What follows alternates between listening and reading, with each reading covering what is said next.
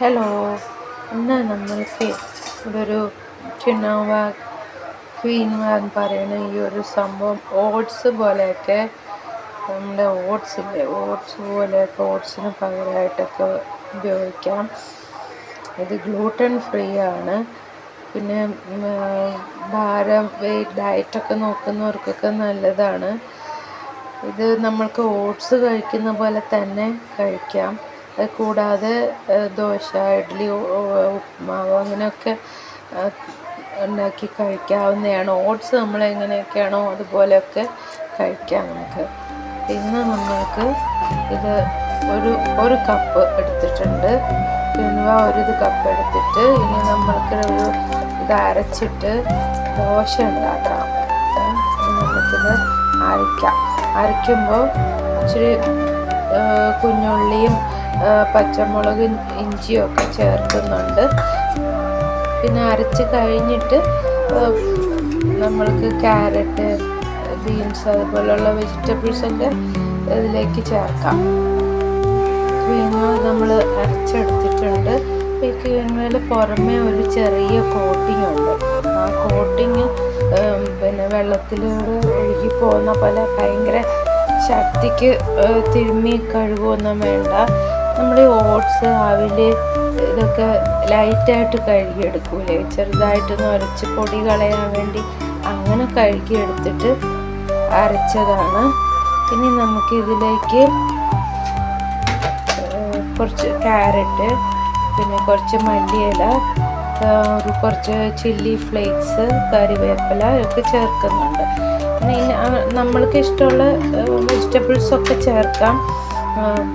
Broccoli, പിന്നെ beans, അങ്ങനെ green peas, ഇങ്ങനെ നമ്മൾക്ക് ഇഷ്ടമുള്ള കോളിഫ്ലവർ, ഇങ്ങനെയൊക്കെ നമ്മൾക്ക് ഇഷ്ടമുള്ള വെജിറ്റബിൾസൊക്കെ ഇതിലേക്ക് ചേർക്കാവുന്നതാണ്.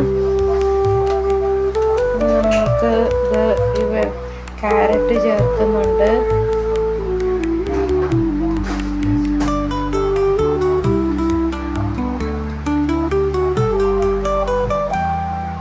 ചില്ലി ഫ്ലേക്സ്, മല്ലിയില,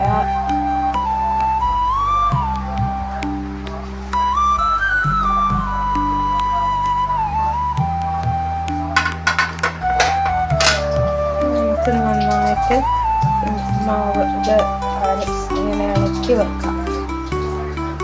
ഇവിടെ അല്പസമയം, അധിക സമയമൊന്നും വെക്കണ്ട, കുറച്ച് സമയം, ഒരു 10-15 മിനിറ്റ് ഒക്കെ ഇങ്ങനെ മൂടി വെക്കാം. ഇതിൽ ഈ മല്ലിയിലയും ചില്ലി ഫ്ലേക്സും ഇത് അരച്ചതും ഒക്കെ കൂടി നന്നായിട്ടൊന്ന് മിക്സ് ആയിക്കോട്ടെ.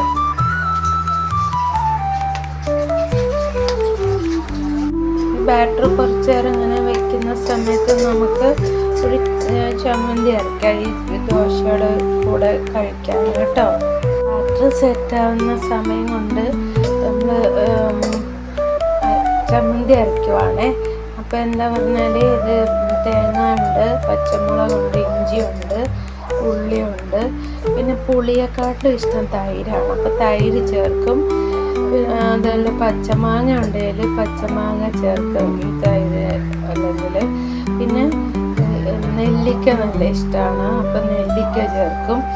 ഇങ്ങനെ നമ്മൾ പച്ചമുളക് അരച്ചുള്ള ചമ്മന്തി അരയ്ക്കാം കേട്ടോ. മാവ് ഇവിടെ ഇരുന്നോട്ടെ. ബാക്ക്ഗ്രൗണ്ടും ബാക്കി പിന്നെന്താ വോയിസും ഒന്നും വലിയ ചന്തയില്ല, ക്ലാരിറ്റി ഇല്ല.